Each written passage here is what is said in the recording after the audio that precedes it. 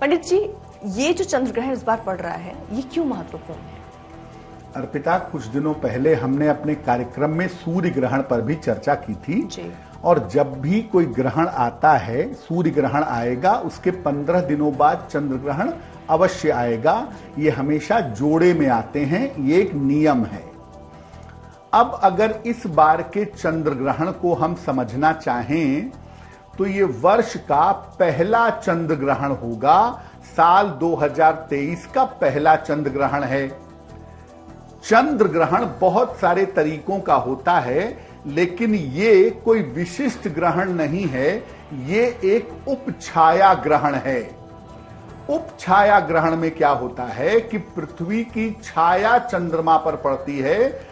जैसे सूर्य और चंद्रमा के बीच में जब पृथ्वी आ जाती है, चंद्रमा के एक हिस्से को ढक लेती है, तो हम उसे ग्रहण कहते हैं। लेकिन उपछाया ग्रहण में पृथ्वी की केवल छाया पड़ती है चंद्रमा के ऊपर। इसको ग्रहण कहा तो जाता है, लेकिन इसका ट्रीटमेंट, इसको समझने के लिए हम ग्रहण नहीं मानते, इसको हम उपछाया कहते हैं। इस उपछाया ग्रहण की शुरुआत 5 मई को हो रही है। 5 मई को रात में 8:44 पर यह चंद्र ग्रहण शुरू होगा और मध्य रात्रि बिता करके 6 मई को अर्ली मॉर्निंग 1:01 पर समाप्त होगा। यानी 5 तारीख और 6 तारीख की जो मध्य रात्रि है, उसमें 1:01 पे खत्म होगा और 5 तारीख की रात को 8:44 पे शुरू हो जाएगा।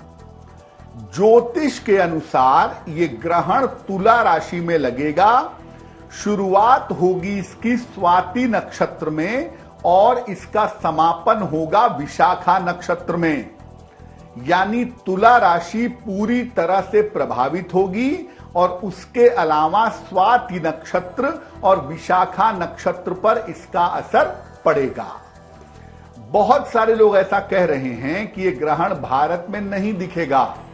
देखिए, उस समय जब ग्रहण लगेगा, चंद्रमा क्षितिज से नीचे होगा, लेकिन अगर मौसम साफ रहा और चीजें अनुकूल रहीं तो भारत में ये छाया आप देख सकेंगे।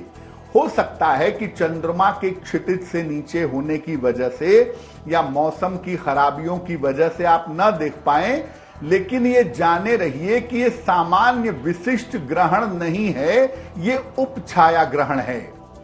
अब ग्रहण चाहे उपछाया ग्रहण हो चाहे संपूर्ण ग्रहण हो, चंद्रमा और सूर्य उसमें इन्वॉल्व होते हैं और चंद्र सूर्य के इन्वॉल्व होने की वजह से ग्रहण चाहे छोटा हो चाहे बड़ा हो, इस ग्रहण का देश दुनिया पर गहरा असर पड़ता है। बिल्कुल। और क्या असर पड़ता है देश दुनिया पे, पंडित जी, वो भी समझ लेते हैं। वैसे तो चंद्रमा जो है अर्पिता, वो ज्यादातर क्लाइमेटिक कंडीशंस का मालिक है। मौसम से इसका सीधा संबंध होता है, प्रकृति से इसका सीधा संबंध होता है। तो जब चंद्र ग्रहण पड़ता है तो मुख्यतः सबसे ज्यादा जो मुश्किलें हो सकती हैं वो क्लाइमेटिक होती हैं या प्राकृतिक आपदाओं की होती हैं, उसमें थोड़ी पॉसिबिलिटी इसकी ज्यादा होती है।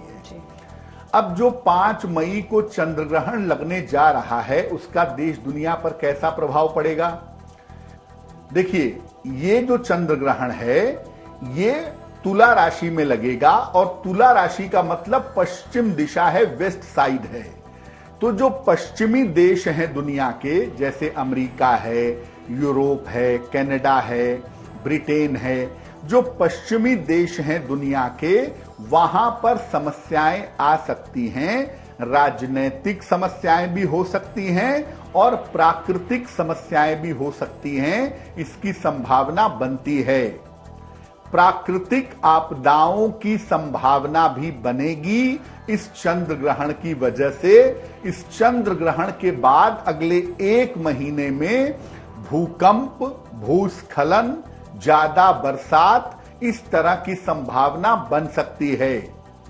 वायुयान दुर्घटना, चूंकि तुला राशि इन्वॉल्व है, वायु तत्व की राशि है, इसलिए वायुयान दुर्घटना जैसी और अग्नि से आपदा जैसी संभावना हो सकती है।